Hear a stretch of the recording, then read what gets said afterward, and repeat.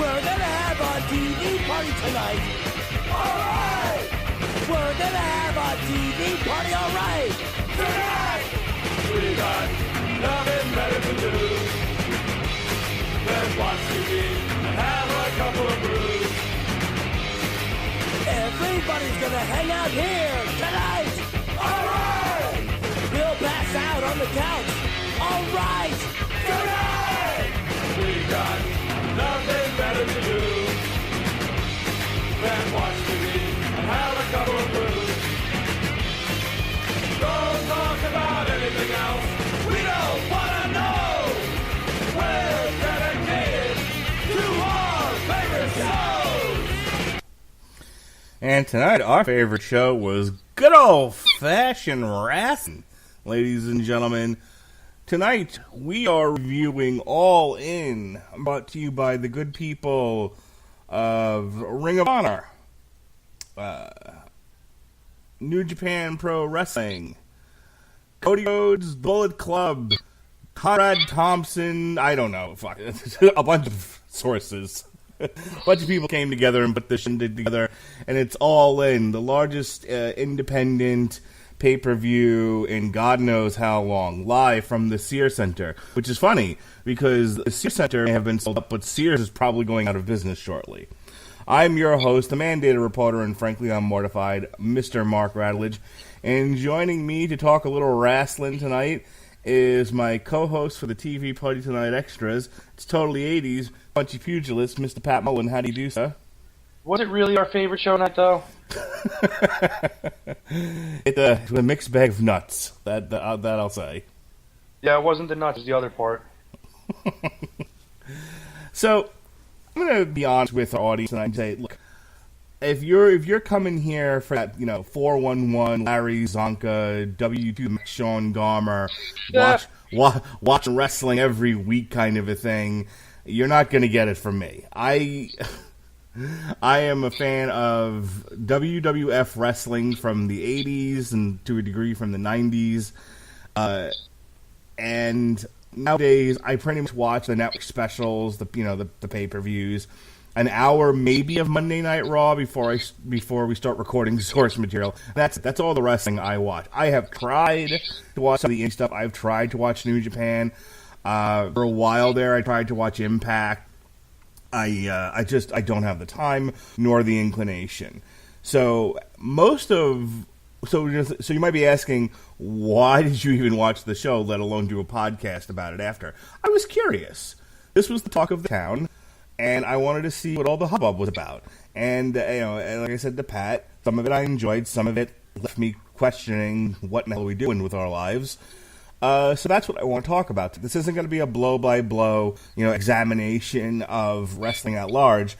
But just as I said, I want to talk about things that I thought were good, that were done well, and I want to talk about what the hell are we doing with our lives. How about you, Pat? How much of this were you familiar with? How much wrestling are you watching these days? I'm still a regular viewer of, I would say, the majority of WWE programming. Not as much as I used to. I don't follow 205 Live as much anymore. It's more of a case of if I hear a particular guy is on it, I'll watch it. And same thing with NXT.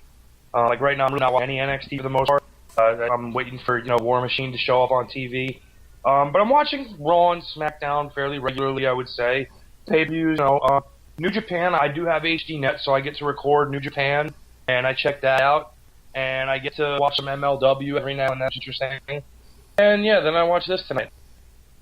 What were your expectations? When Cody Rhodes and Young Bucks said, we're going to rent a venue and we're going to put on an independent wrestling show, and we're pretty much going to gather as many of the non-WWE big-time wrestling companies that are out there together for a super show as we can, and give the wrestling fans a wrestling show, kind of prove to the world that there's more than the WWE out there. As they kept saying tonight, the world is big enough for wrestling outside of the WWE.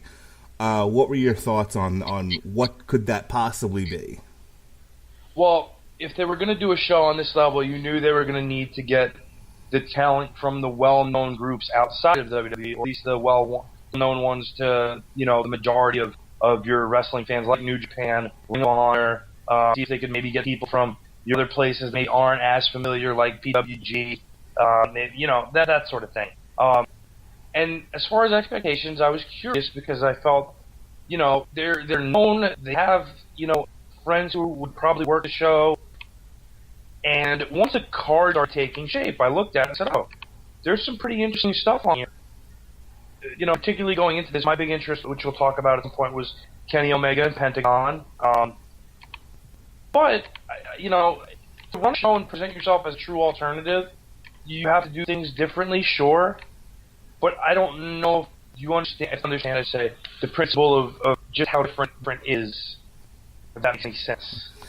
Anybody not on the card that you would have expected, you know, it's a building of the independent circuit, that didn't make the card, that you're surprised about, like how do you do an alt WWE show and not have this guy, or did everyone pretty much make it that should have been there?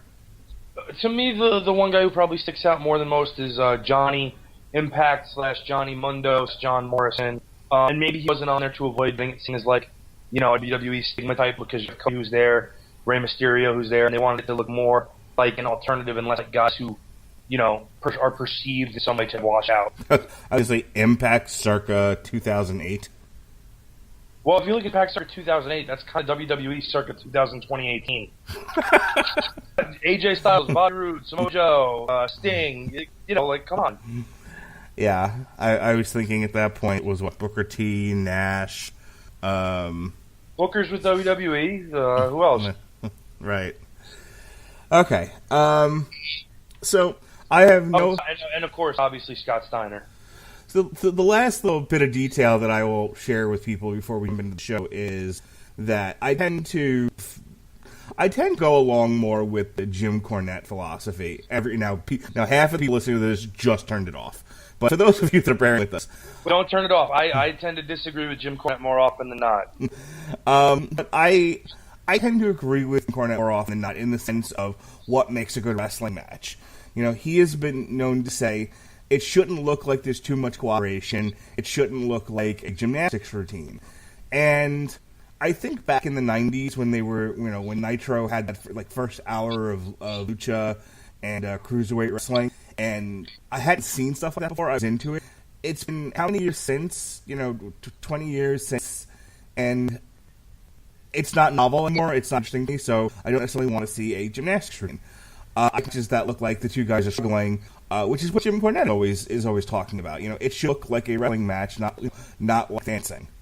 So that'll inform some commentary, and I guess, you know, have his opinions on that as well. So let's get into it. Well, before we do, I'll put one thing out there.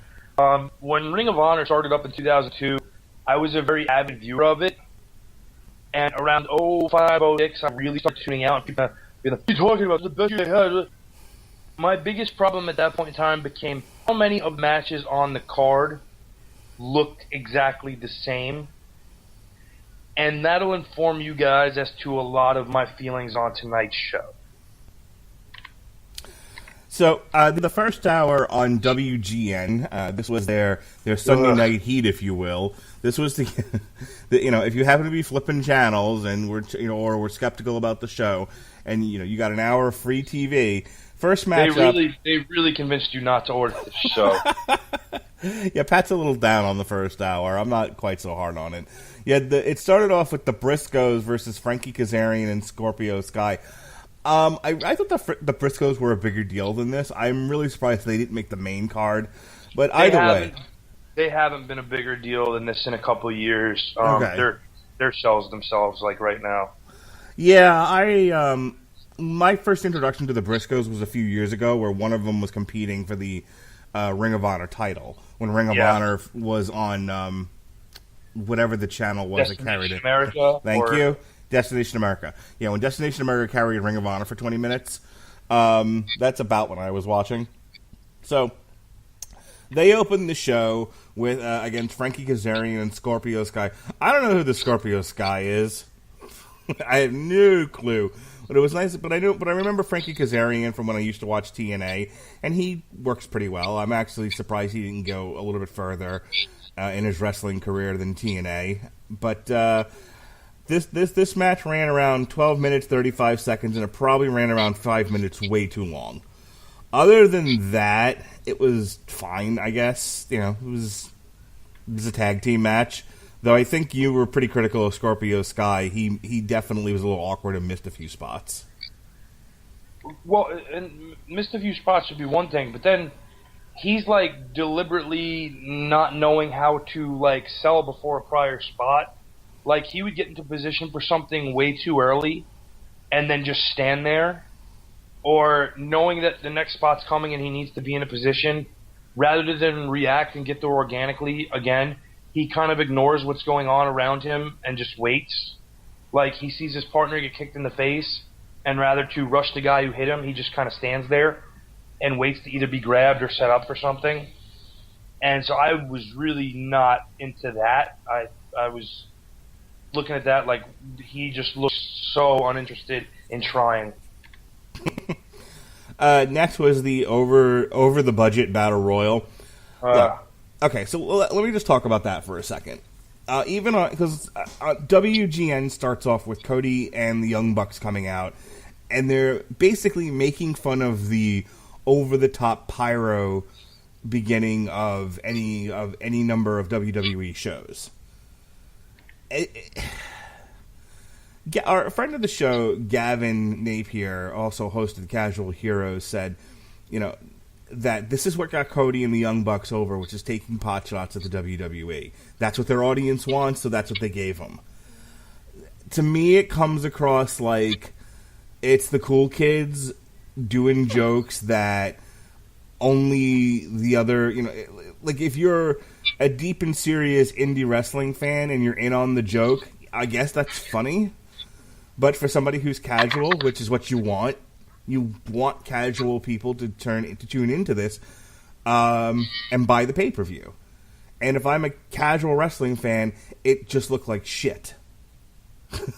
The whole beginning looked like, first of all, if you don't know who the Young Bucks are, you see Cody come out with his little brothers, and they're talking over each other, and it looks really awkward. And they're doing a pyro joke. It just comes across to me as Bush League. I don't know. What did you? And then this is supposed to be a gag line, right? Over budget battle royal. Why would a casual fan care about that? Like not the battle royal itself. It's fine to have a battle royal in there. I tuned in to see the battle royal. I'm happy they had one. I thought it was a fun way to get, you know, we'll talk about who won this thing, but you know, a fun guy onto the main card in a title match against Jay Lethal. But again, it's like the over budget battle royal. Is that supposed to be a joke? Why? What's wrong? What's with all the inside humor here? I understand that they're trying to please the audience that got them popular to a certain extent, but if you try to tell me that their goal here was not to expand their viewership, then you're just talking out of your ass, okay? This was not done for them to retain the fans they already had. This was to bring them to a new audience, to bring in larger revenue, get new people into what they're doing. And you're not going to do that with all the wink, wink, nod, nod references to things that those people don't care about, or they would have already been paying attention to you. You know, it's not like indie wrestling where you had to follow it in the 90s, where you're basically reading about it via the magazines or a dirt sheet, and that's your only frame of reference if you don't go see a live show. We've got Twitter, we've got Snapchat, everything you can possibly have to follow these guys already if you haven't. And so this was completely to expand the viewership and to make a lot of money. They're not going to do that by doing these little stupid inside jokes, because they're like the kids in the back of the class cracking wise, you know, and laughing while they get C pluses and end up working, you know, at Greater America mopping up, lung butter, while the other kids who were fine are laughing from their ivory towers. I kept thinking about the original WrestleMania. Now, granted, that was, 85? You know, it was a million years ago in a different world. But at no point during the WrestleMania production did it look like people were knocking cameras over. They weren't, kind of elbowing each other into, in the ribs, kind of poking fun at Jim Crockett. They put on a production that made it seem like there was no other wrestling on Earth. That they had invented it that night. Okay? That's the difference. And their production was actually on point, which we'll talk about too. Yeah. That was another comment that was made. It was like, well, they're an indie company doing, you're surprised that an indie company looks like an indie show. I've seen indie companies put on pretty decent productions. That made me think about ECW. Think about the first. That was the first thing I thought of. Think about the first ECW pay-per-view. That was stylized, where it looked kind of weird. That was the style they were going for. That was done on purpose. But outside of that, the early ECW stuff still looked on point. And they nearly set the building on fire and blew it up at the end of their first pay-per-view. Because it was all put together with bubblegum and scotch tape.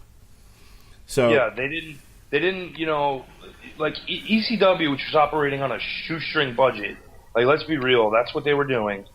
You didn't, and even your wife commented, because Mark actually sat down and watched most of this that was family appropriate as a family. But, even Mark's wife, who is not even as much of a wrestling viewer as he is nowadays, she immediately picked up on that. The audio was terrible.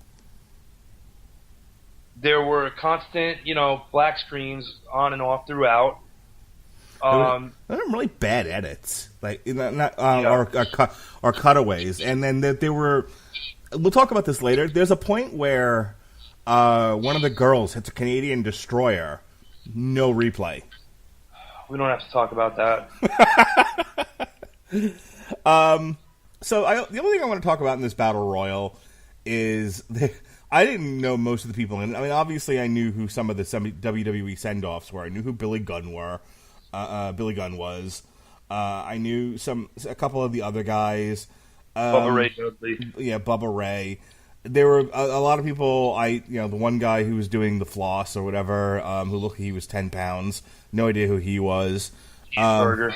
Yeah, but I saw there was one guy in the entire battle royal I thought looked like an actual wrestler.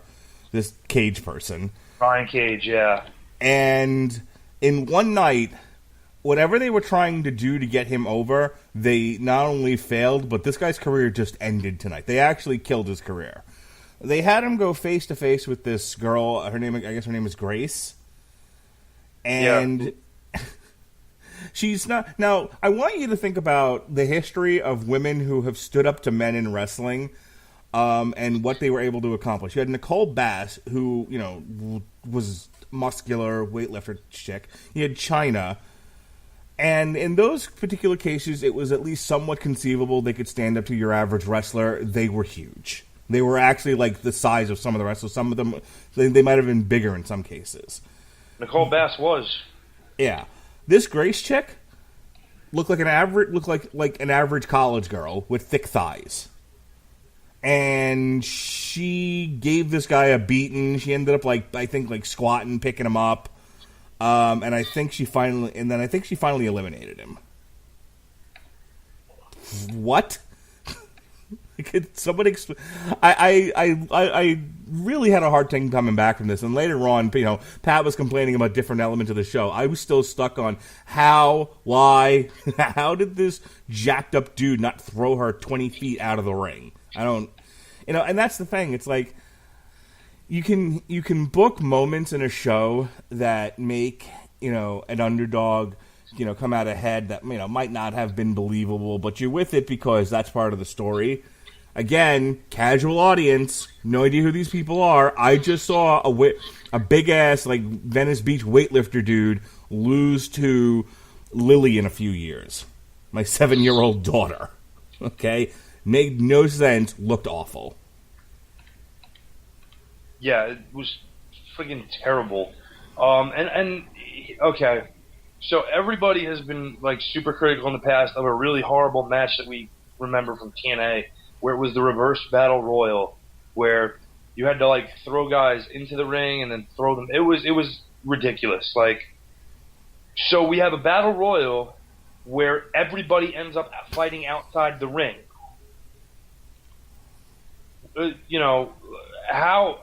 Why? Just how stupid is that? The entire object is, in a battle royal, to stay in the ring and throw somebody out of the ring. And then everybody goes to the damn floor so nobody can get thrown out. Well, then what the hell is your incentive to get back in the ring? Because there's no ref there. It's like there's an army of referees telling you to get back in the ring or you're not going to, continue in the match. You're going to be disqualified from the match. Why would you get back in the ring if they're not going to make you? You can't get thrown out. And I'll come back to a lot of shit on this show that doesn't make sense in the context that they were putting it into. But immediately, you have a battle royal where almost at the get-go, everybody's out of the ring. Yeah. There's literally nowhere to go at that point but downward. Not a good look, guys. I mean, the show gets better from here, and we're not going to spend the next hour, just shitting all over All In. There was definitely some good stuff to be had. There's a lot of shit on, though. But not a strong start here. You had kind of a meh tag team match. I mean, you didn't like it as nearly as much as I did.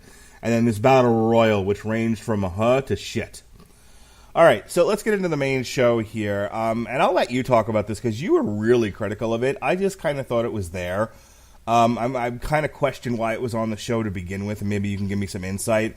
Nope. So, terrific. You had MJF versus Matt Cross. I have no idea who either one of these guys are.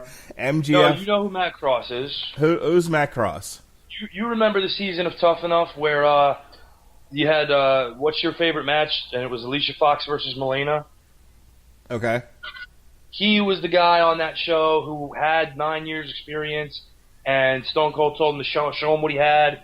So he put him in there with Guy Luke, and he really didn't do anything, and Stone Cold basically forcibly took his belt away from him and sent him home. Oh, that guy. Yeah, I remember him now. Yeah, that's him. Okay, terrific. Yeah. And this MJF fella who looked like he took Matt Striker's gimmick. Yeah, I only think he's been around for like 2 years, and I know he came out of Long Island, so he's from your stomping grounds, but that's about all I know. Okay. What was your major... like I said, this just seemed like a match. There wasn't anything special about it. It was just kind of there for me. What you were pretty critical of it, though. What was your issue? Oh, man. So, again, I talk about... You talked at the beginning of the show about how one of your criticisms of a match is it should look like a struggle. It should look like a fight. It shouldn't look like a cooperative effort to do a gymnastics tumbling routine. So this Matt Cross, who's been wrestling for 20 years, okay, he does drop downs about 13 feet in front of the guy to give him plenty of time to wait and jump over him, and it just looks so stupid when you do that. There was so much telegraphed shit in this match, or shit that didn't make any sense. First of all, you know what the reason for a drop down is? You're trying to cut a guy's legs out from under him and make him move when he comes at you. Like Eddie Guerrero. You watch Eddie Guerrero do that spot. There's times where guys' feet are hitting Eddie Guerrero's ribs and they're tripping up. Because that's what the spot's designed for.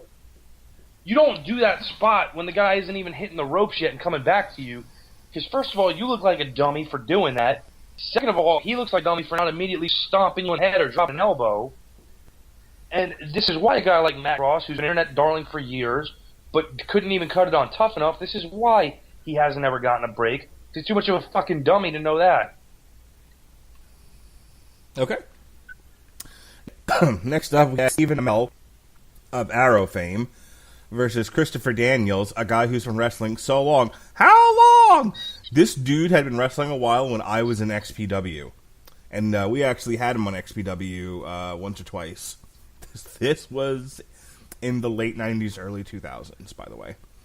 Anywho, so Christopher Daniels, I guess, is part of this SCU posse, and he gave Stephen Amell a very nice match.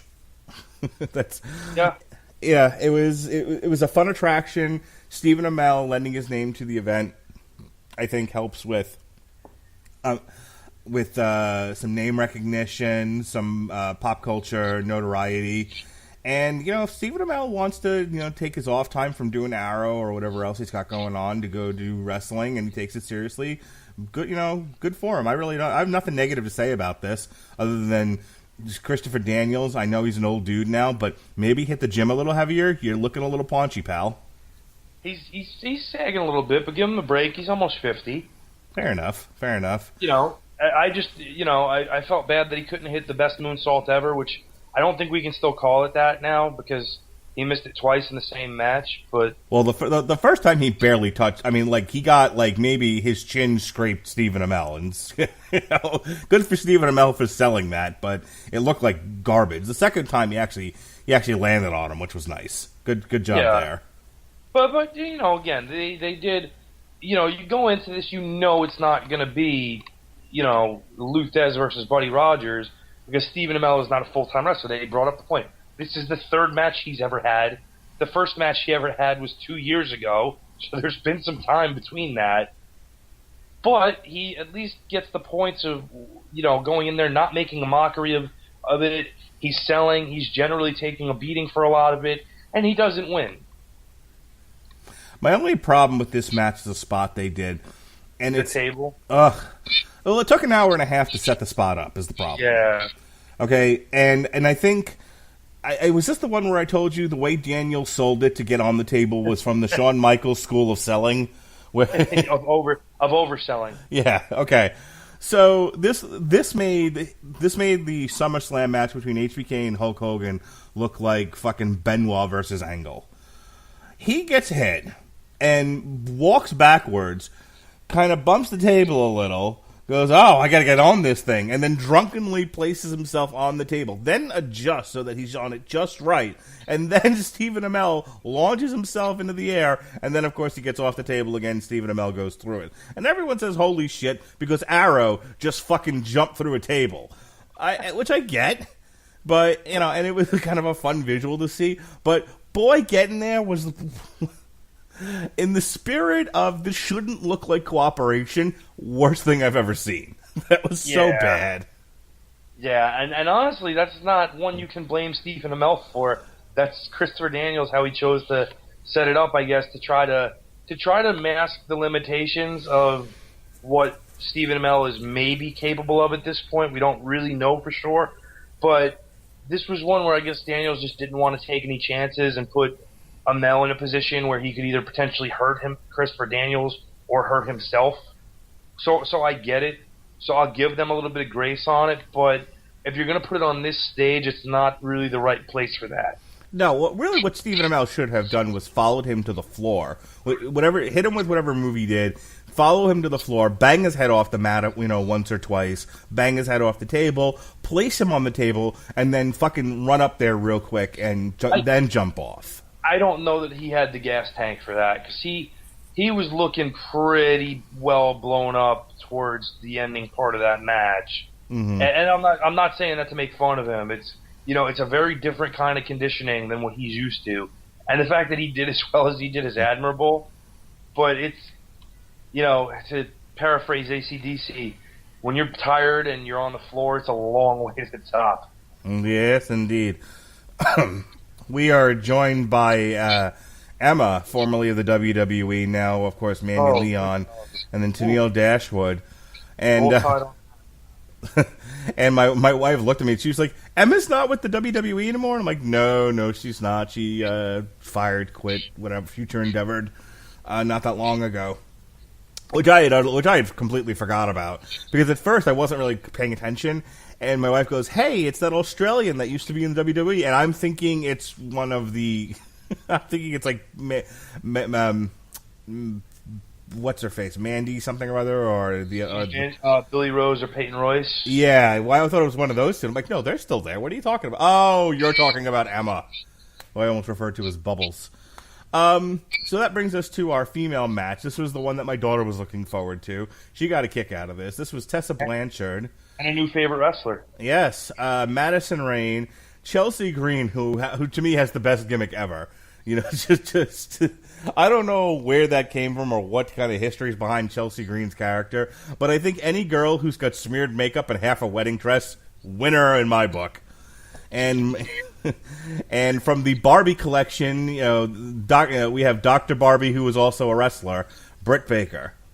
I have to say, sign all 4 of these girls for a Diva contract. There wasn't a hump in the bunch. They were all great. This is probably up to this point, this is the best match on the card. It was, yeah, I would say by far we were talking that. And, these girls really busted their butts and were impressive. They had this again, you're talking about people like Matt Cross. All of these girls have been involved in the game much shorter amount of time than he has, and they looked much more polished than he did. The things they did were very crisp.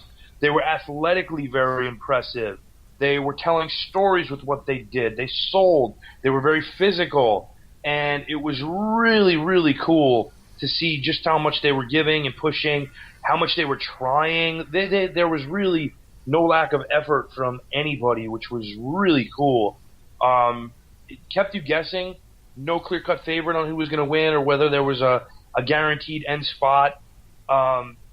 Just really awesome all around. I loved this. I wished it would have gone longer, if anything.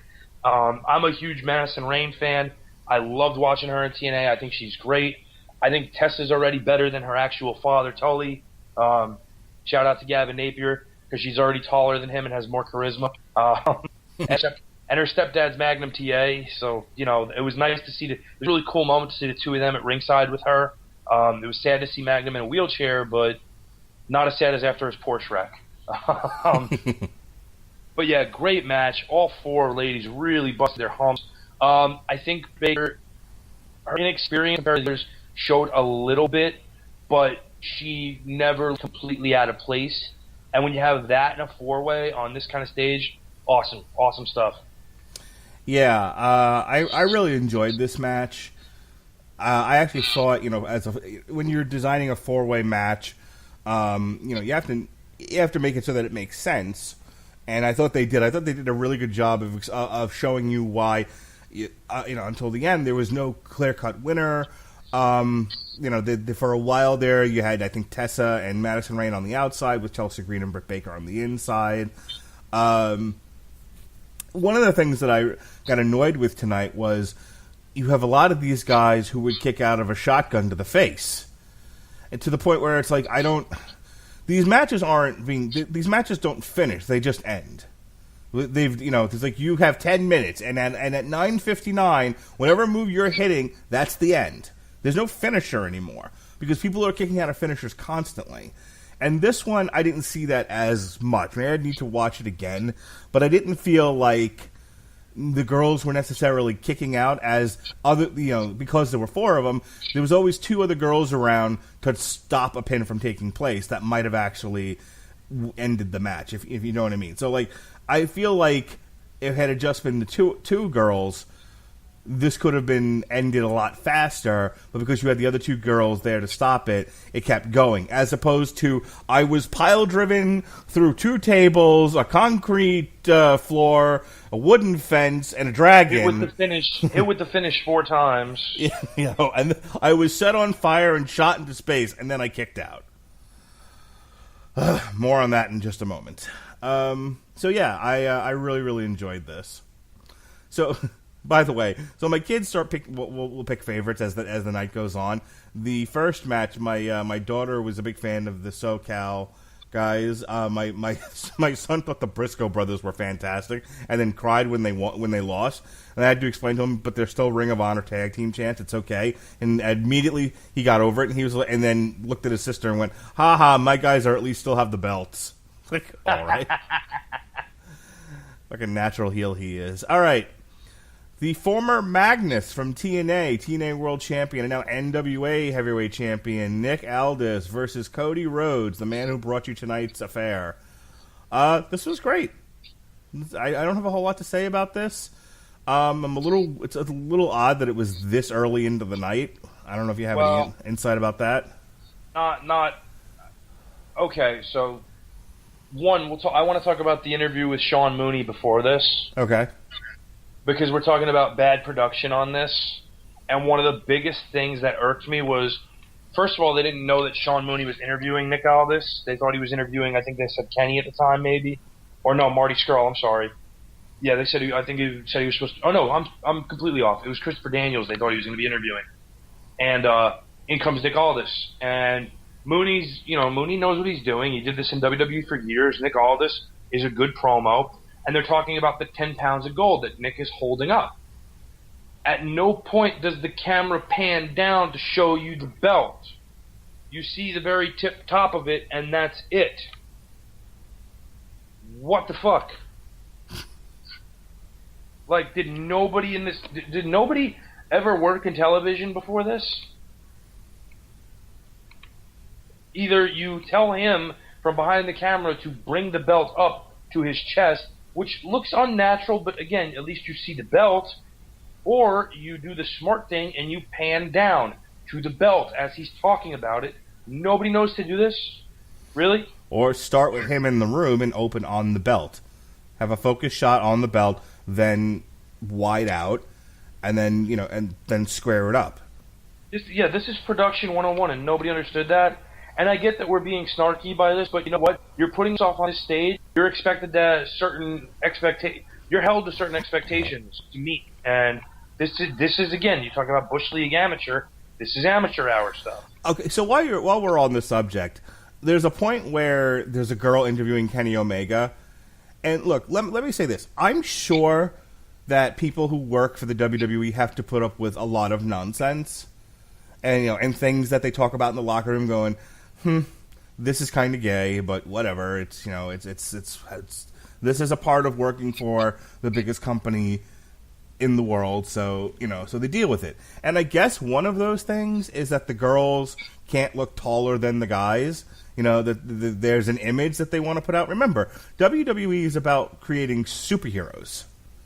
Okay, they are trying to, and this is one of those weird things that I'm actually, the irony is I get what Vince Russo is saying. But I still like Kevin Owens. I don't care that he looks like, he could be my neighbor. That's one of the guys Vince Russo complains about. But, the attraction to the WWE forever has been that you're looking at fantasy. That these are guys with fantastic bodies that you'll never see anywhere else, and they're doing crazy, amazing things. And it's a whole other world there that you're tuning into, and that's what keeps drawing you back. Is that you're watching this fantastic circus take place, but behind the scenes, I'm sure like I said, there's a lot of things you have to deal with, as to make that image come forth, and so their point on this show to make fun of that, like we're better than that because we're not doing it. Number one, as I said before, if you're trying to drag in a new one, the new audience isn't going to give a shit about any of this, and they're going to wonder why you did it. Number one, the interview with Kenny Omega and the girl looked like shit. It looked like it sounded like shit. It looked like it was filmed on a cell phone in someone's garage. And then the fact that they spent time doing I have to stand this way in flip-flops so that I'm not taller than you. And he was like, "Oh, we're just casual here." Yeah, casual is another word for Bush League. It's just like, and again, if I'm spending $40 on this, I don't want to see stuff like that. And I guess if you're one of these indie wrestling fans and you're like, "Ha, WWE sucks," and they're making fun of it, that's funny to me. If it's worth it to you to take, to spend the $40 on that, I guess believe for you, but I thought it was a waste and it looked like shit. Yeah, it was fucking silly.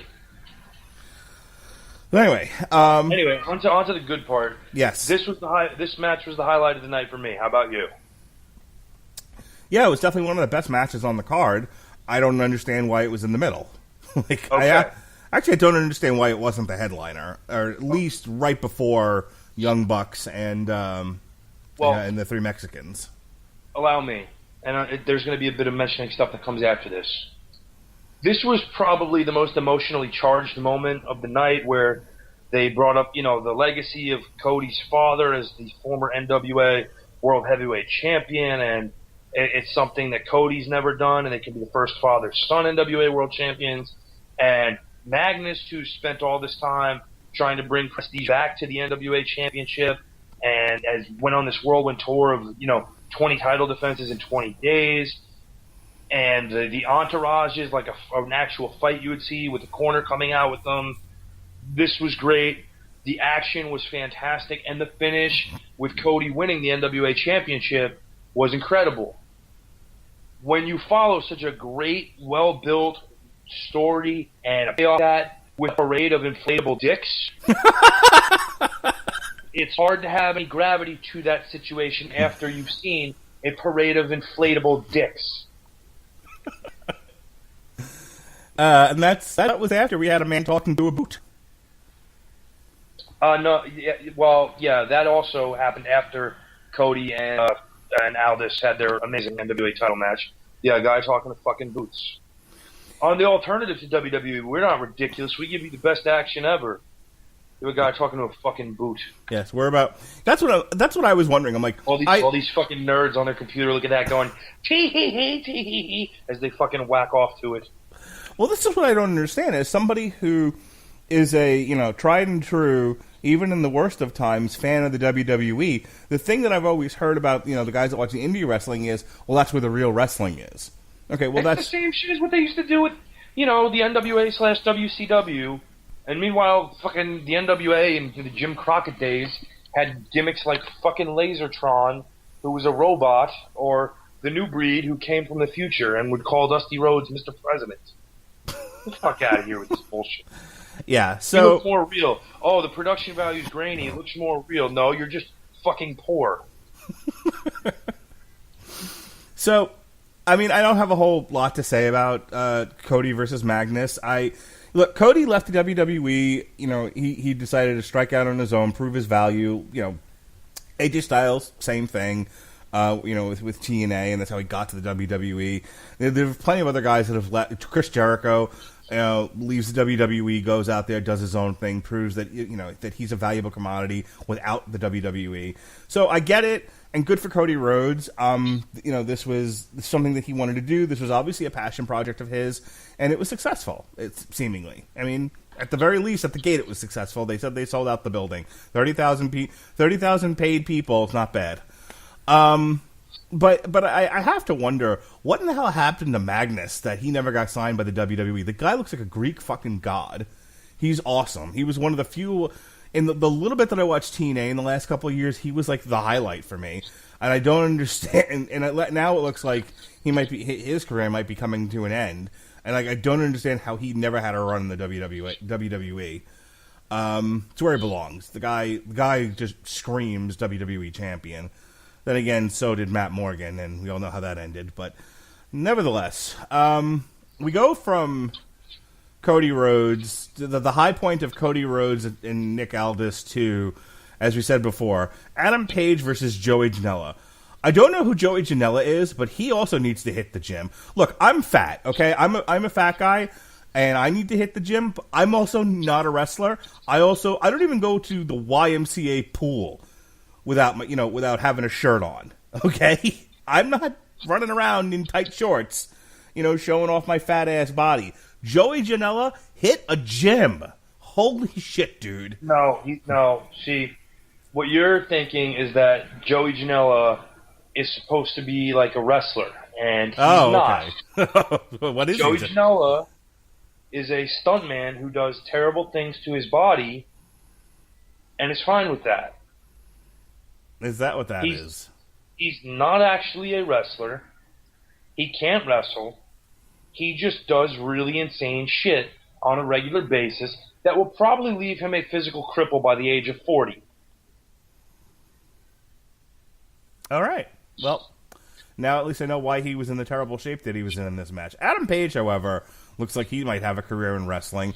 He, especially talking to Boots, I don't how he didn't get signed to NXT tonight. I'll never know.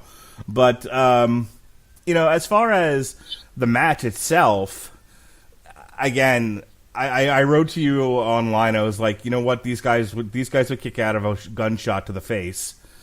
I think it was like 2 or 3 different pile drivers. What they called a power bomb off the stage, which was more of he just threw the guy.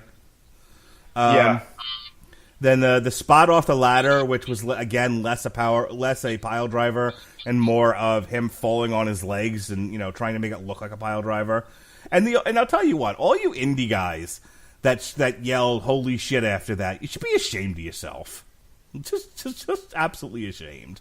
Like I remember the good old days of Mick Foley falling off cages and yelling "holy shit" and all that, and I remember Jeff Hardy falling off 12-foot ladders, and I get it. But there are just some things where it's like garbage wrestling is garbage wrestling, no matter how far, no matter how high the thing is you fell off of. It looked like shit, and both guys should be fucking dead. But that's not what I want to talk about. This garbage match that they had, because at least from a car crash ugly perspective, it was at least somewhat amusing. So my wife doesn't know who Joey Ryan is. And I am definitely of the Jim Cornette school of the dick spot is the worst thing that ever happened in wrestling. He's a talentless piece of shit. Like, that's all there is. But I kept wondering why he wasn't on the card tonight. More to the point, when they ran the package before the match that featured, I guess, Adam Page murdering Joey Ryan, why they didn't have a Adam Page-Joey Ryan match tonight, which would have made more sense to me, but I guess that was because they were setting up what I want to talk about now, which is did you get they were making fun of the monk thing with the Undertaker? Did you understand that? Was that not clear to you? Yeah, that was, and as much as the Undertaker sucks, he's never been that terrible. Like, listen, Joey Ryan is everything that's wrong with professional wrestling. And I don't say that jokingly or like, he really is everything that's wrong with professional wrestling. He makes a mockery of it on any appearance he makes, essentially. He denigrates the actual art form of what they're doing. He mocks anybody who makes a living within the industry, be they anyone from a referee to a ring crew person to a performer. It's really sad and pathetic that anybody finds him entertaining. And I wish he'd fucking get into some kind of physical wreck that would prevent him from ever being a part of wrestling, but still enable him to earn a living somewhere else where nobody has to fucking see him or deal with him or hear with him, because he's a fucking piece of shit. So, I mentioned to you that part of the problem with this show is that it felt like it was run by a bunch of kids, and it really needed some adult supervision. This being probably the best case, the best example of this needed some adult supervision. I'm not as opposed. On top of that, commentary trying to get in every dick joke that they could. I'm not opposed to a Joey Ryan run-in at the end because look, people paid their money. They want to see what they want to see. I don't particularly need to see the stupid dick spot. I would have had a hard time explaining that to my children, like why it was happening in the first place, had they been awake that long. But nonetheless, I get that the cooler than thou indie crowd digs the dick spot for some weird reason. Yeah, because none of them fucking have any of them. That may very well be the case. But you know me, Pat, I'm a guy who look, I'm putting a show out there. I want to give the people what they want. And if they want Joey Ryan flipping people with his dick, well, let's give him Joey Ryan flipping people with his dick. What we did not need, and where the adult needed to step in and say, this is retarded, get over your fucking issues with the WWE and just put on the best show you can, is the stupid inflatable dicks. Like that whole thing, Joey Ryan just should have played his music, have him run out there. Adam Page, who had previously been afraid of a boot for some odd reason, and I don't know why. I'm sure somebody will explain it to me at some point. But then sees the Joey Ryan, who he killed, come back to life, and then they can do the dick spot, and everything that happens, and it's fine. I would have been okay with it. I gotta say this before we move on. I had my wife had before that match, I think, just given up and gone to bed. My daughter passed out.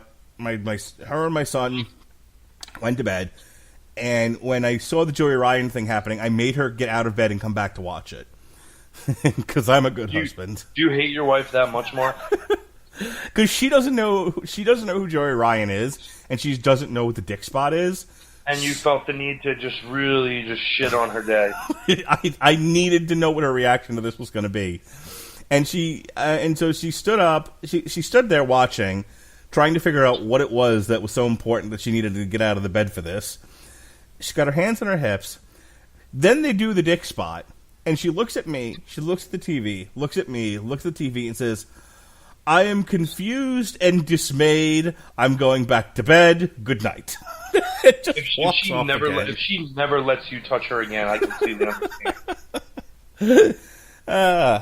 Hey there, kiddo. Go to bed. Get your stuff and go to bed. There you get hit. All right. That brings us to the return of the infamous Black Machismo.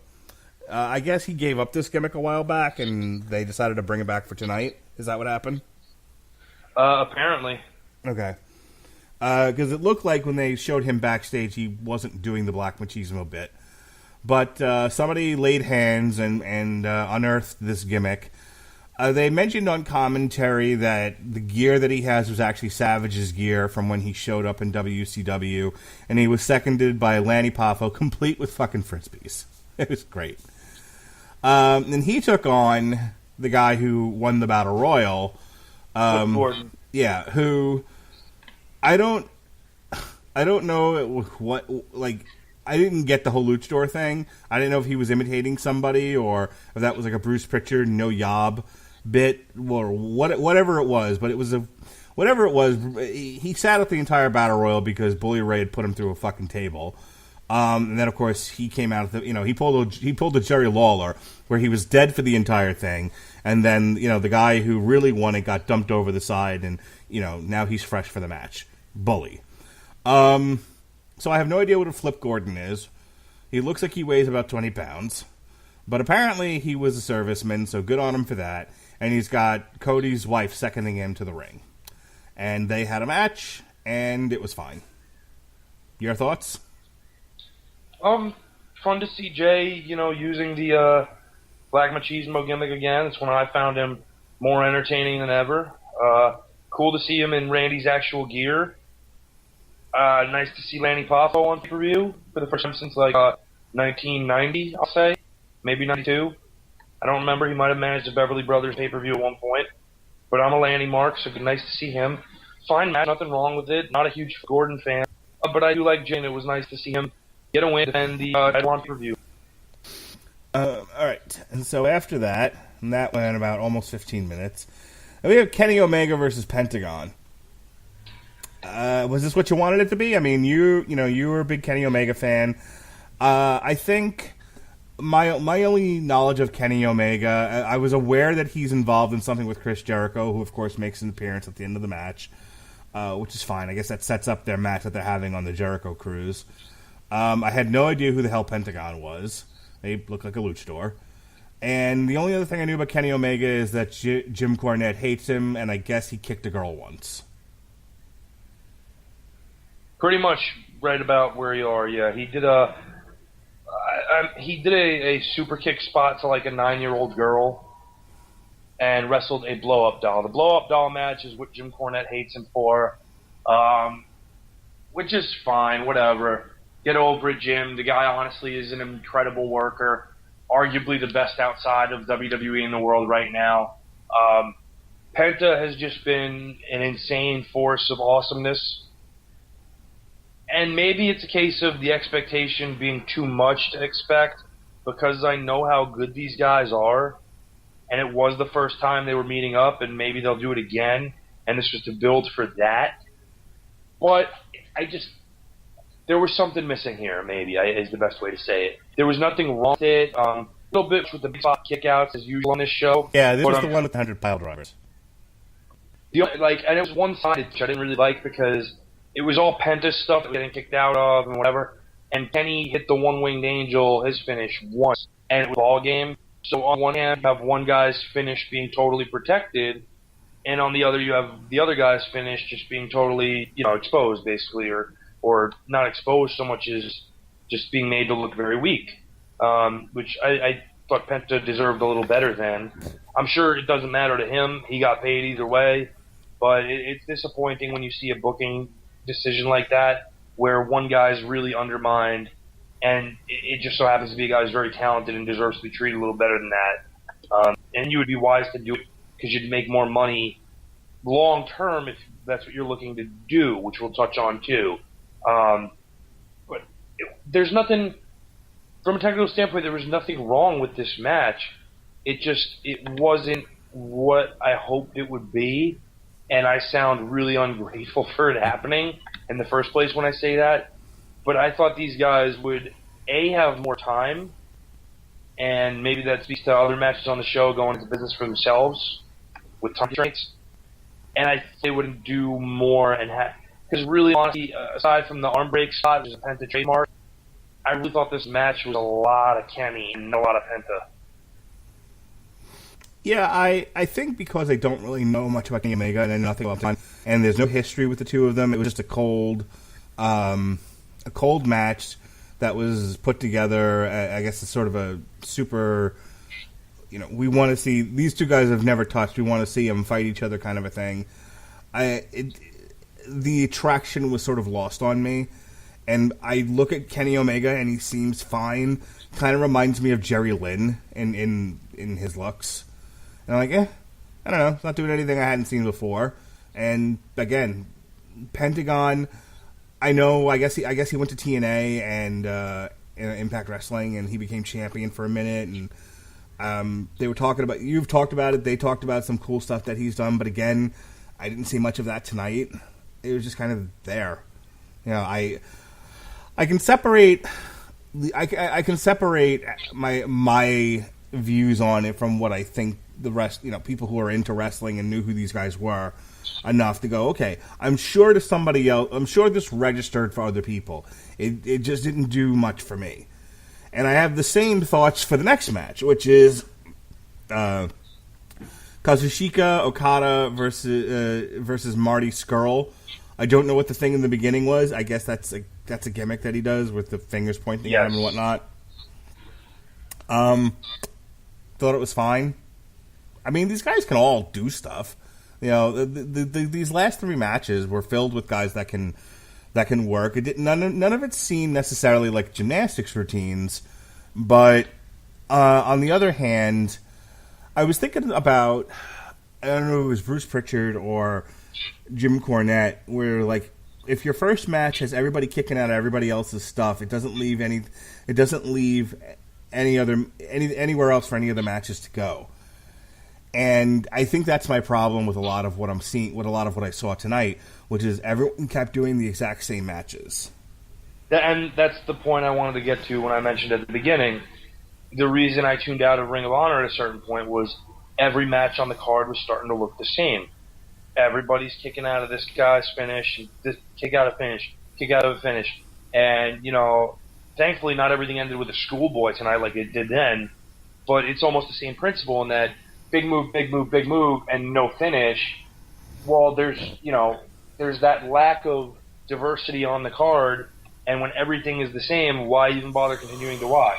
Because one guy can do that particular gimmick better than the other in terms of how to set up a finish that gets kicked out of anyway. It doesn't really jive. For all the negativity that's ever been said about Paul Heyman and ECW, their pay-per-views always stood out to me. Their matches were different. I felt like every match told a different story. There was a different style for the matches. Some of them were garbage matches, literally. New Jack coming to the ring with a garbage can full of nonsense or a shopping cart.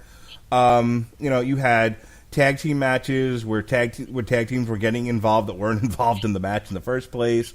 You had, your Al Snow, Rob Van Dam, or Shane Douglas type matches. You had your Taz, Bam Bam Bigelow, brawls where where the finish is they're going to destroy the ring, kind of a thing. I just always felt like Paul Heyman did a really good job of, we're building to a crescendo, okay? That your first match should look markedly different from your second match. I think about, like the first WrestleMania again. It's like, we're going to start off with Tito Santana. because he can get people off their feet, and he's a solid worker. And his match is not going to look anything like the main event. We're just going to have Mr. fucking T in it. So I mean, that's the thing. It's like, I looked at this, and it was like, from Cody Rhodes and Nick Aldis on down, or on up to the last match, I just kind of felt like, yeah, you're all kind of doing all the same stuff and having all the same matches. It's all good, but after a while, I get bored. Like, now show me. I wouldn't have minded a garbage match. I wouldn't have minded, or a big man stiffly walking around the match just choking a guy. At least it would have been. The novelty is a thing. And I think this is what separates me from a lot of the indie fans, is apparently they can watch 20 gymnastics routines in a row and not get bored of it. And they want to chant, and they want to say, holy shit, and this is awesome, and all that other stuff. I like a variety show. Maybe I'm crazy. No, even I like a variety show. Everybody knows what my love level for Bill Watts is, but when Bill Watts first took over the Mid-South Territory, he couldn't understand why his shows weren't drawing strongly, and he called up Jerry Jarrett and Jerry Lawler to come down and look at one of his shows and say, hey, tell me what I'm doing wrong here. So they look at the show, and it's big guy versus big guy, big guy versus big guy, big guy. It's literally all big, strong, rough, rugged guys going at each other with maybe one or two guys on the entire card that aren't. And Jerry Lawler and Jerry Jarrett say to him, well, where's the blowjobs? And he goes, what are you talking about? They said, where's the blowjobs? And he goes, well, I don't know. Maybe, you're looking for the wrong thing here. And what they meant was, where are the girls in the crowd? Because they're not going to come pay to see these guys. And that's when they sent him a team called the Rock Express, who drew a different kind of audience, had a different look, and had a different kind of match than what they did. And that helped spike attendance in Mid-South. So Watts built on that principle. And I think that the thought process of so many indie guys is that if a guy looks like Brian Cage, you can't work, and you can't do anything with him because you can't, stand there and exchange catches, catch-can style holds. Well, yeah, he's not supposed to, dummy. He's a 300-pound muscular god. Why would he try to, trade hammerlocks and drop toe holds instead of just throwing you around like a rag doll? Right. After the 30th tope, I don't need to see a guy do it anymore. They all did them. Every match. Every match has a tope in it. Which used to be Shawn Michaels. Do you realize that? Well, there was a time where only Shawn Michaels was jumping out of the ring like an idiot. Now it's every match. And the WWE's not much better about it, because now they're all doing it too. Everyone's flying out of the fucking ring. Yeah. You'll wonder why I'm a huge fan of Kevin Owens. Because Kevin Owens doesn't go flying out of the fucking ring for no good reason. And again, we love the big guys. We don't need to see the big guys flying through the ropes and hitting suicide dives either. It looks fucking silly. I get once in a while breaking it out in like a big match, but I don't want to see Luke Harper diving through the ropes on a fucking Tuesday Night SmackDown singles match against, like Jimmy Uso. Yeah, you bring that stuff out because you're having a blood feud and you're really trying to kill a guy. And that's the thing. It's like, none of this, other than maybe Adam Page and Joey Janela, no one was trying to kill their opponent tonight. There were no blood feuds that I could see. This was all, hey, we're all the best in the world. We're all going to wrestle each other, and it's going to be, a big celebration of gymnastics. Cool. Okay, I'll pay $40 to see what that looks like these days. I like wrestling too. But if that's the thing, then you shouldn't be doing moves that in every match where you're trying to kill the guy, which is what you're doing when you're jumping out of the ring like that. You're literally going, I'm gonna risk falling on my head and paralyzing myself. I hate you so much. Yeah, and again, you're talking about, you have the street fight with Paige and Janela, and you have, the botched powerbomb throw through the tables outside, and that doesn't finish Janela off, and then you still got to have matches after that. Right. Like that. So, that should have been the end of the night. Honestly. speaking of the end of the night, let's. I mean, is there anything you want to say about Okada versus Skrull? Because again, it to me, it was a lot of the same. That's the thing. It was a good match that suffered from being on a card with other good matches that looked a lot like it. Right. So that brings us to what they decided was the main event, and it's Rey Mysterio, Bandito, and Phoenix versus the Young Bucks and Kota Ibushi. And I hate to keep bringing them up, but Jim Cornette's opinion of the Young Bucks, I get it. They also look like children who can't beat anybody. And by the same token, though, I get why the audience likes them. They're almost a mockery of wrestling. They don't almost. they don't. No, and they know it. They that's their whole thing. They've done everything that they've done by operating on irony, and they've acknowledged that. Okay, so I'm not alone, and they're not. You know, this isn't a new thing to say. Like everything they do is a wink and a nudge at the audience. That their 106 super kicks in a match is done purposefully to almost parody wrestling. They call their finish the Meltzer Driver. Yes, I caught that, which gave me a good laugh. Which is, again, Look, my wife watched wrestling with me because I watched wrestling, but there was stuff on it that she could, sink her teeth into and get in and enjoy. And my kids watch because something will happen on the screen that'll capture their attention. None of the three of those people watched of their own accord. But while they were watching, something jumped out at them and kept them watching. The Young Bucks are not it. Okay? I'm referring specifically to calling something a Meltzer driver. They don't know who the fuck Dave Meltzer is. Nor do they give a shit about his opinion on anything. Wish I didn't know who he was, and I don't give a shit about his opinion. I know who Dave Meltzer is. I've been a wrestling fan since I'm 5. I listen to podcasts about wrestling. I get it. The Young Bucks, it's funny because anyone listening to this podcast would think, why aren't you a bigger fan of the Young Bucks? You're their demographic. They look like my son. They look like my son trying to play wrestler, and I'm not into it. I like Brian Cage. That's a wrestler to me. I like Pentagon, but again, Pentagon also looks like a fucking resurrected demon who has come to wreak carnage on Earth. Even if he's not the biggest guy, he still has that look to him and the presentation and the skill level to make himself believable to a certain degree. Right. Now, of the Bucks, they've actually bulked up, which is scary to think that they were a lot smaller than they are right now. But Matt looks a little bit bigger. Matt's almost the more passable of the two as an actual wrestler who could be a physical threat. Nick is just tiny.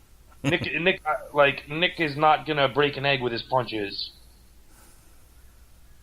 And yet they have succeeded monetarily. One of the most successful indie tag team going right now. They absolutely are. Like, come on, it's far and away them. They're the biggest indie tag team in the world. They're arguably the biggest indie act in the world. Period. And I'm not even including Kenny and Cody with them as part of a package. I'm talking about just Nick and Matt. And this is all done on irony. It's everyone in on a big joke. Yeah, that's exactly what it is. And so I understand when Jim Cornette, who's devoted his entire life to wrestling, no matter how overstated his opinion is, which God we know it is, I understand his level of being upset with it because you are making a mockery of what he's dedicated his life to and what really the first love of his life was, which was wrestling. And So here's my question. I don't think they'll ever, I was watching this, and I tend to watch a lot of indie stuff, even if it's not wrestling, anything that's not mainstream. I tend to watch like I'm an agent, like I'm a talent scout, and I'm like, this would work. This would work as a movie. This would work as a TV show. You would work in this sort of thing. And when I watch an independent wrestling show, I would think, some of these guys I think are really like ready for NXT. These guys are future main roster guys. I looked at Adam Page, and in all honesty, of all the guys on the show tonight, he's the one guy I was like, yeah, 100% sign him now. Sign him today. Page has become a really, really good performer over the last year. Really come into his own and done great things. But I've heard like the WWE wants the Young Bucks, and I'm like, why? They'll never work in the WWE. Their whole thing is being a parody, is being anti WWE to the point where it isn't wrestling anymore. It's performance art editorial. That's why they want them. They would like to cut the legs off on the whole mockery, irony, milieu that they're sculpting and working in. And once they kill that off, it's one less quote-unquote alternative that people have to the WWE. Well, then I hope they sign Joey Ryan while they're at it. I hope they have a hit put out on Joey Ryan. And Jim Cornette, if you're listening, I have a Venmo account and not a lot of pride. Okay? You fill in the blanks. Anyway, that being said, their Meltzer driver thing was a fun little gymnastics moment. Outside of that, I hated the fucking 3-man Frankensteiner. Okay, honestly, it was so late in the night, and I was so tired, I don't remember it. So Ibushi and the Bucks are setting up to hit a triple super kick on Bandito, and he pumps the brakes on the ropes and stops. He charges and they charge, and he jumps up and has one leg on Ibushi, who's to his far left shoulder, one leg to I believe it was Nick Jackson on his right on his upper shoulder, and somehow is able to Frankensteiner all three of them at once. So, are you familiar with the comic Patton Oswalt? Yeah, piece of shit.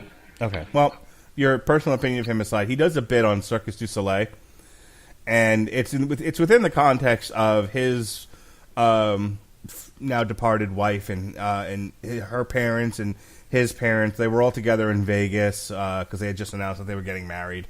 And I guess both sets of parents were fairly conservative. So what do you do with two fairly conservative parents in Vegas? Circus du Soleil.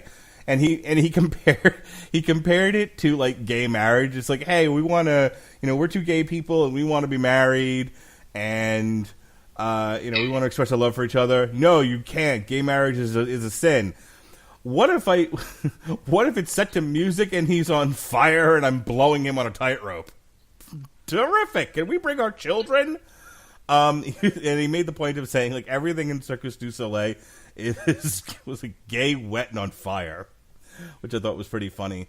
And your description of that Frankensteiner reminds me of his version of Circus du Soleil, just gay, wet, and on fire.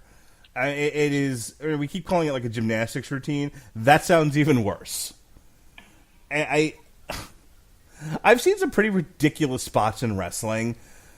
And again, it's like, that's not to say that I haven't been wowed by something that you would absolutely, positively, 110% need cooperation for. But you got a really good, fun stunt out of it, so it's like you kind of forgive it. It's like watching a James Bond movie. Like, it's ridiculous. You know that if that happened in real life, he'd be dead. But you got a spectacular stunt out of it, so you're willing to forgive it. And it's hard to... And when I hear, you describe a spot like that, and generally talk about the Young Bucks, I have a hard time finding the line between I'm willing to forgive X because Y is so entertaining. But again, the precipitation is that, James Bond is being presented to you as fiction. This is being presented to you as fiction that they want you to believe is real.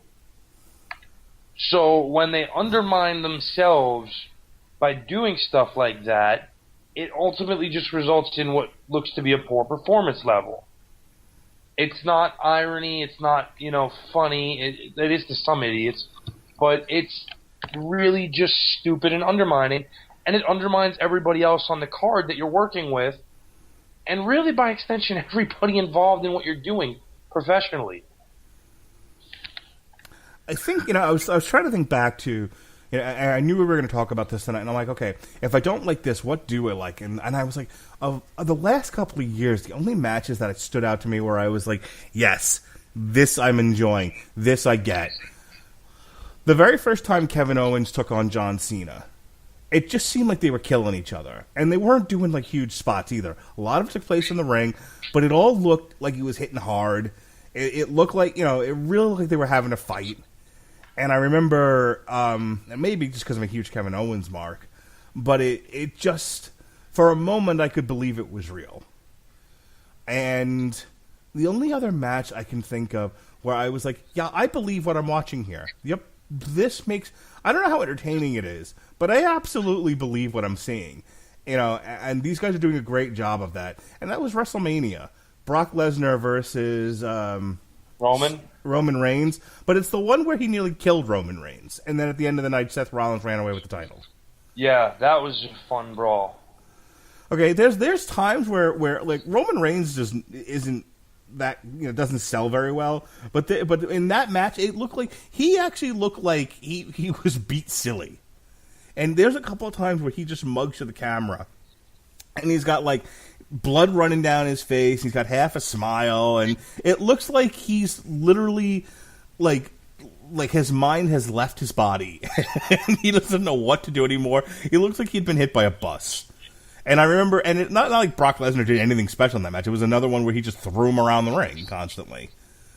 But Roman Reigns' reaction to it was so good that I was like, yeah, okay, I'm into this. That and I hate that and I just hate Roman Reigns. Nothing on this card approached either one of those two matches for me. I mean, if you're telling me like, hey, take your top, your top 3 matches from the past, and we'll go like 3 years, okay?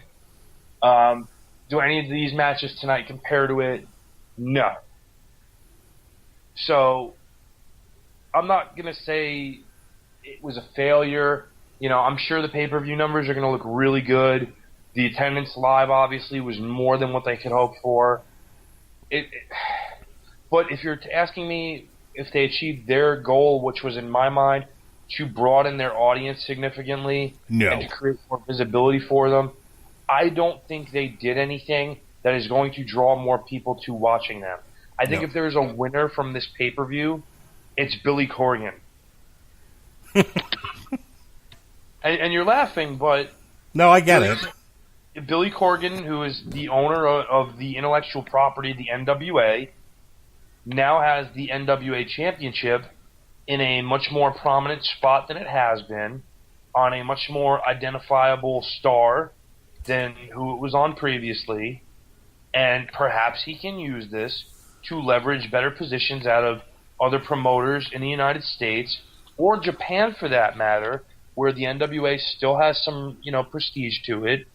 Perhaps he can leverage this into something more significant for himself and his brand. Perhaps. We shall see. You want to give it a letter grade? What would you say overall your opinion of All In was? I'll give it a C-. I don't think it was a failure. I think there was good in there, but I think it was repetitive. I think the production was terrible, and I think there were a lot of missed opportunities. Yeah, I'm in 100% agreement on the thought that I don't think this reached or retained any new audience. I think this was... I went to go see an indie show a couple of years back.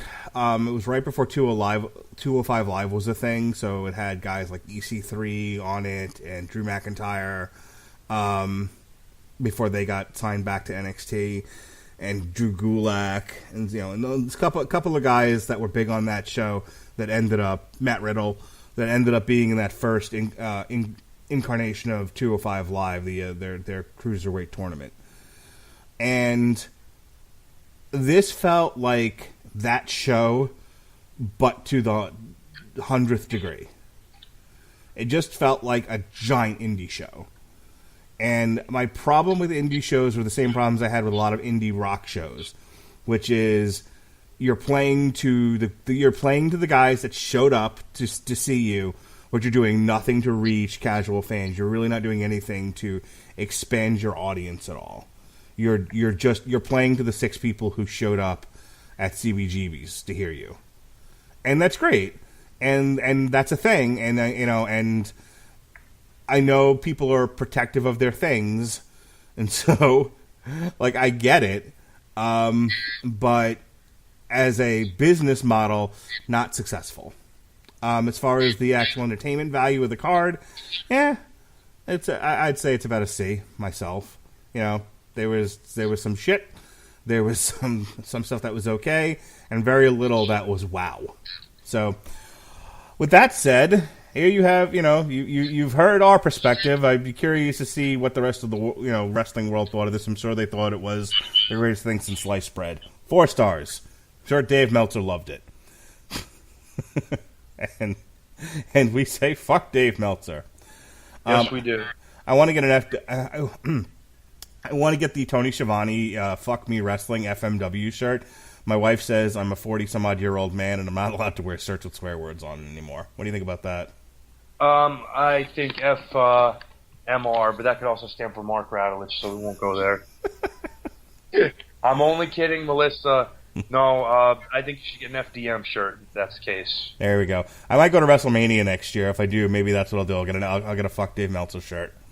All right, speaking of Fuck Dave Meltzer, here's what we got going on the Rattlegion Broadcasting Network. Tomorrow night's the 401 Ground and Pound radio show, but we're also going to give you a double dose from our Canadian office. Dave Wright's going to join myself and possibly Robert Winfrey when he's done doing the MMA talk to talk Disenchantment, the new Matt Groening cartoon on Netflix.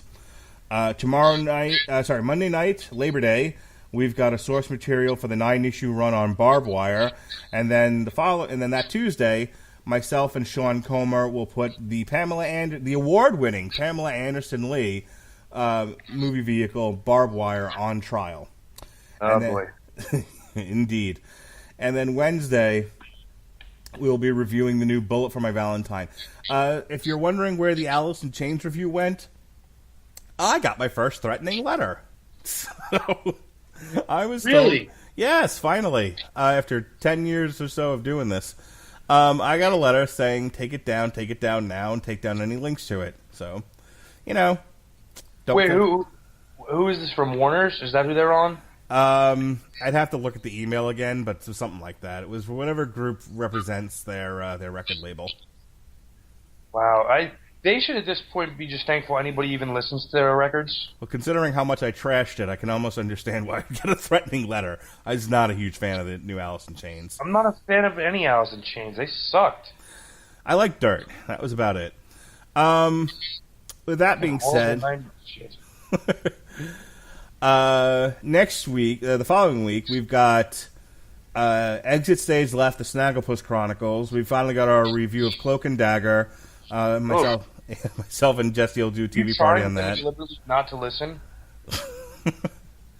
And then we've been waiting to do this all year. Clutch, the Book of Bad Decisions. We'll review it on the Metal Hammer of Doom. And then Sean Comer, myself, and a few of Sean's female friends are going to take a look at Insatiable, the first season that's on Netflix, and we'll look at the controversy therein. If you're looking at what's in the archives, we did a pair of shows on Legion. We did a source material. We did a TV party tonight for season 2. There was some extra content that dropped, something called Shark Prostitute. Listen to me laugh so hard that I pee my pants. That's fun. And there's some other bonus material up as well. All right, Pat, I know you've been doing some podcasts. There was recently a reunion of sorts. Why don't you tell the people all about it? So, the Casual Heroes WrestleCast is back. We recorded 2 episodes, believe it or not, this past week, which Chris will have up and running. Well, he'll have one of them up and running. One of them was deemed too controversial to release. Perhaps someday we can release it as a bonus feature. But apparently, if you talk about good things that a despicable person did, it means you're a despicable person. So that episode is probably going to stay in the can. Autobahn. so we're not going to get to that, unfortunately. But have no worries, because Jed and I took over, and Jed and I had one of the best shows you could ever possibly listen to. After also included in our first show was about 40 minutes of Jed and I reenacting Boogie Nights. Okay. Well, Pat, thank you for staying up late with me to do a post-show on All In. I appreciate it. And we're looking forward to hearing some more of your WrestleCast drops. Yes. One more thing, and I'll ask you this since you didn't ask me this. If this group were to run another pay-per-view, say in 5 months, based on your experience, would you buy it? Depends on the matches. If this isn't... This one I did strictly out of curiosity. I also knew it was going to be the thing du jour among my circle of internet friends. So, right, which I think is why we all mostly bought it. Right. This was the thing to do this weekend, so why the hell not?